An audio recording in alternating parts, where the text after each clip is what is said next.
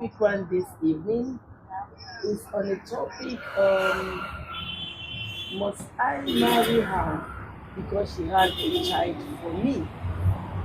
Well, a lot of people have found themselves in this scenario where they were not married but they were into relationship with some lady in the life.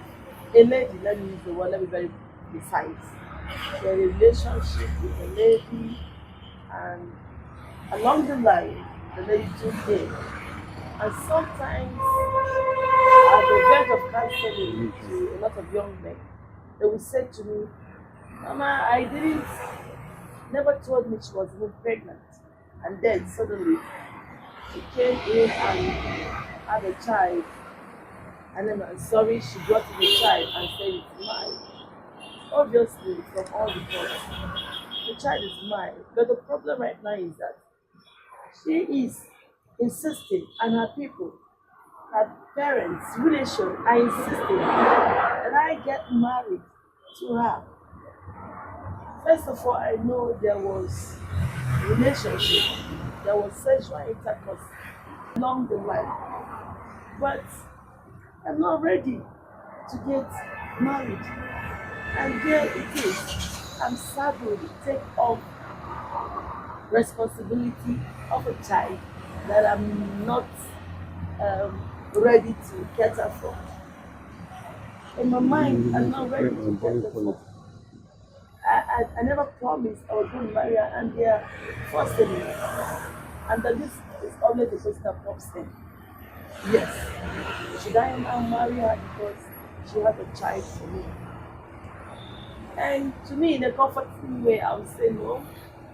Um, First of all, you don't marry because someone has a child for you. You get married because you are ready in your mind to get married. And then both of you, not just you, have this picture which you want it to be fulfilled. And you start planning joyfully. You inform relations of your loved ones and the witnesses are in support of what you're going through and they support you however way. And then you bring the union before God Almighty is blessed. There's the sweetness of tying that together. But if it happens that you have sexual intercourse, which as a Christian, we don't say yes to that you have sexual intercourse with a man that you're not married to. And then the result of a child now comes in as a result of that act that you too, got yourself involved in. Children obviously are blessings from God. And of course, God, in the eyes of God, every child in Him have a destiny. If we can position and bring up the child in the way of the Lord, God can use the child or the children in any way that suits Him. All right, now let's leave out the child right now and go back to the two people that the child came as a result of their nature. I say it emphatically that you don't marry because the child came out. You marry out of love too. When the child comes, the best thing to do is for both of you to agree. You don't fight on how to raise that child in a loving way. There could be illegitimate parents, but they are not illegitimate children. Illegitimate because they were not married or couple. The law of the land has not joined it together.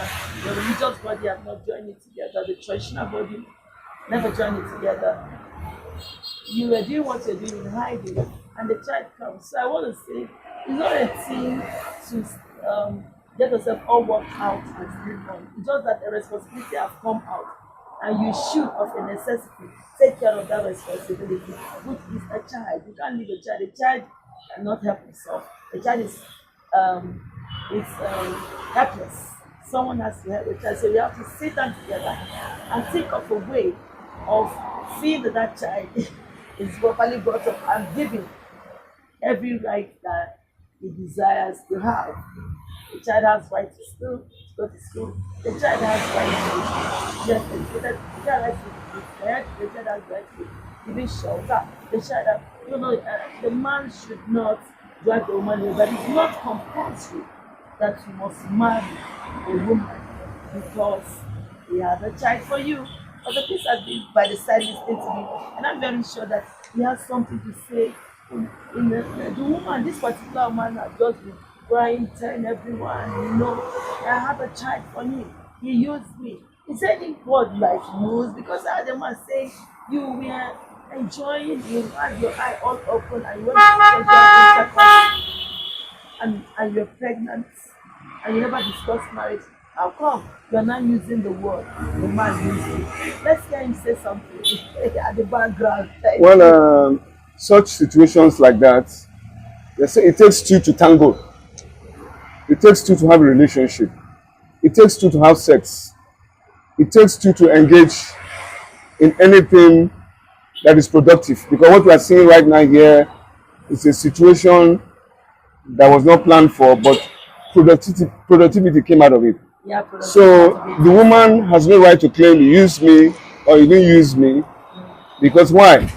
Like I said, it takes two to tango. There was an agreement. She was not raped. So saying he used me does not come in here. But rather what I see, what she's owning up to is irresponsibility. Because everybody should be responsible. No woman wants to hear that. Every woman being, every adult, let me use the word, every adult should be responsible. Thank you. Okay, the parents of the lady, this particular lady, have come up to say you must marry our daughter because she's of age. What do you say, even as a pastor, is that you must marry our daughter? Marriage is not by force, but I know that you have something to contribute to that. You must marry our daughter because you can't use her and dump her. Well, it's in the society we find ourselves right now. Like I said, people not owning the strong language that was thrown upon the man himself, forced him to react. Like they said, there's no emotional outburst without a reaction. I don't know if you understand what I'm saying. There's already an emotional outburst that makes the man to react the way he's reacting. So you can't blame the man. He has his own choice to protect. But in this situation, like I said, both of them have to own on to their responsibility, because their life is involved. Yes. Okay, I need to put this question to us. How was she feeling? She felt when they were talking. I don't know, sometimes I didn't ask actually how long the relationship took.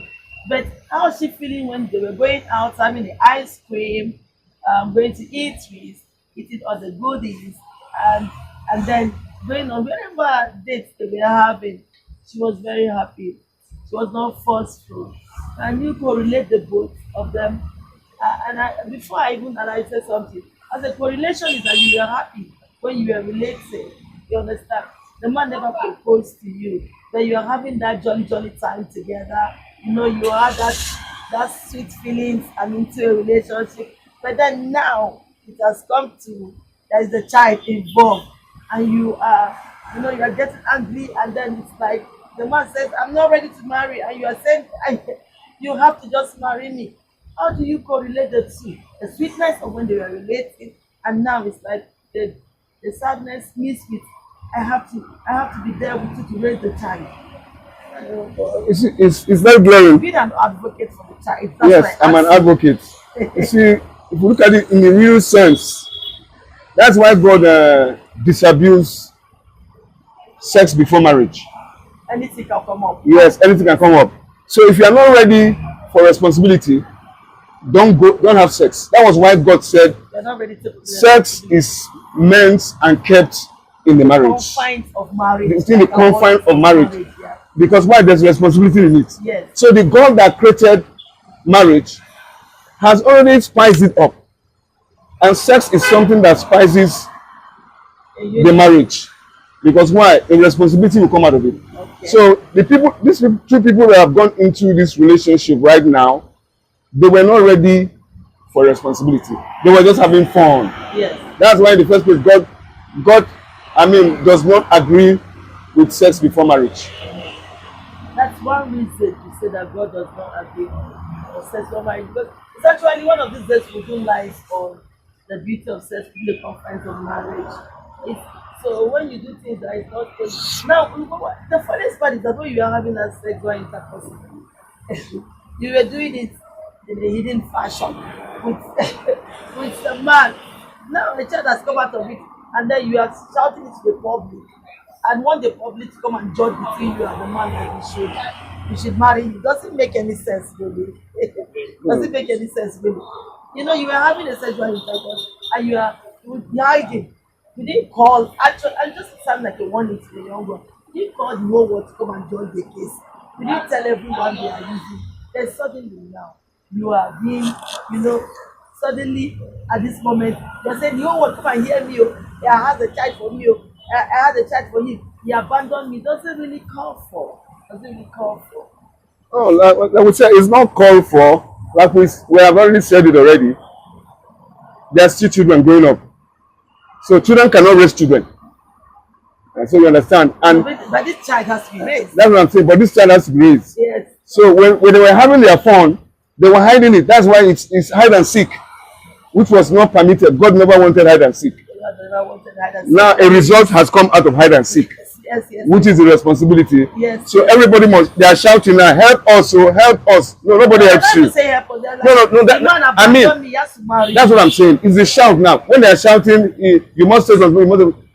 They are calling for help. Like we are not ready. That's what it connotes. And so, but marriage, no man goes into marriage when he's not prepared. Yes. Because there's responsibility to carry. Yes. So if you are not ready, you are not an adult, you shouldn't engage into sex. Yeah, because there's a responsibility that comes out of it. It's a responsibility. And then we have also heard of people using protective measure, like condom and the rest. Anyway, as a Christian, we don't even subscribe to having sexual intercourse for marriage, but these are the things, they happen. We tell the truth. No matter, you just keep saying, don't do this. But the truth is that people still go do it. So you see, sometimes they say, oh wow, the protection we used failed. Some of the pills we used failed. The injection failed. The condom, name it failed. So when it fails, what do you do? What do you now do? The child has come. You don't subscribe to taking life, aborting the child. What do you do? The protection has failed. What do you do? I think in this time, just add one thing is we should just sit down, enjoy peacefully, iron out what do we do like us. Think of us, just say, think of how to take responsibility of the child. And the girl said, I was not really doing any work. I was not working. I don't have anything strong to do. And I cannot say. And the man too does not even have anything strong to do. In fact, there was a case that I had to handle that both of them were even still in school. Parents were still taking care of them. How do they do? What do they do? What's the solution? From a man that has the interest of the child. I put this to you. Pastor Christopher Okoji. Oh, can you frame that question again? All right. I'm just saying something you have to sit down and make a kind of solution, or find a solution, a workable solution on what to do to raise the child. All right. Of course, like you all know, if the man should accept and stop getting angry that it's like the girl used him, he was not ready. No, but a man, if you're working, you should sit down with a discussion with this said lady and come up with a workable, solution on how to raise the child, or how to take care of the well-being of the child. All right, that's one aspect.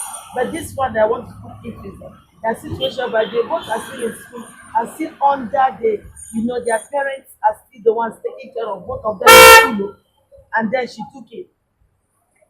So who takes care of who now? Well, we're still looking at it from this angle that both people we're talking about now are children. When I mean children, I'm not talking about your age now, because you are still under tutors. In the mind. You are still under your parents. and you are not yet ready for family life. Yes. So when such a thing happens, there's so many things that becloud your mind. You begin to wonder, where do I start from? But you see, anything that happens, right? They said you must accept fate. Yes. It has happened. Yes. It has happened. Any situation that happens, any challenge you find yourself, Yeah. it's not the end of the world. Yes, for the end of the Because world. as humans, we must go through challenges. But challenges have not come to break us as Yeah. per se, the way they look at everybody's yelling, I'm not responsible, you are the one, you forced me. That does not come in. I think the best thing here is that both of them sitting down Yeah, both of them. and agreeing that we have And missed it. agreeing that they have We have missed it. really, yeah. But what we are talking about right now in life is involved. Yes. What do we do? No, they are not, but they and both of them are not working. That's what I'm saying. What do no, that's what I'm saying. What do we do? Yeah, do we- Because there's a solution. There has to be a solution. There has to be a solution So I because think we should abortion is not the last thing. plead to the parents Yeah. to come in and accept the child. Please, grandparents, that even though you're not ready, come in and accept the child that has just been born into the home. Yeah. Find a way of taking that child possibly as your last child. And I don't know what they call it. It's a child of my own age. Yes. I begin to find a way of take that child away from those children, and please help me raise the child. Thank you. I don't know if you have a final word today.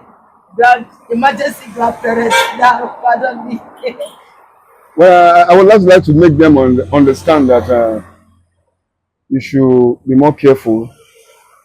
I mean, as you The emergency grandparents. yes, imagine you're talking about advice for the Emergency grandparents. Yes. They should, when it has happened, it has happened. They just have to accept it. Like I said, accept it, because in any situation, there's always a solution to it. God can make So that both child parents have a to blessing. accept it, because every child that comes, let me permit me to say, that every child that comes from God is a It's a blessing. blessing from God. There's Yeah, no mistake. so in that. the only way you can know the blessing is And when God you can you actually accept that child and nurture that child. When you begin to nurture, you begin to see the beauty keep unfolding gradually every day. So the Yeah. first thing that both parents should, unprepared parents should accept the fate of their children. All right. Because why? So, throwing away no reasonable parent will want to tell their children to go and abort. Yeah. But we know there's so many things involved, like the school of the child that finish school, and the child bringing disgrace to the family. So many things involved. Yes. But notwithstanding, we should still know that a life is involved. Yeah, because of the life of that New innocent child, yes. All right, thank you very much. We'll look forward to our live videos where we'll be discussing the effect of this child that is coming in the life of the grandparents, and so on and so forth.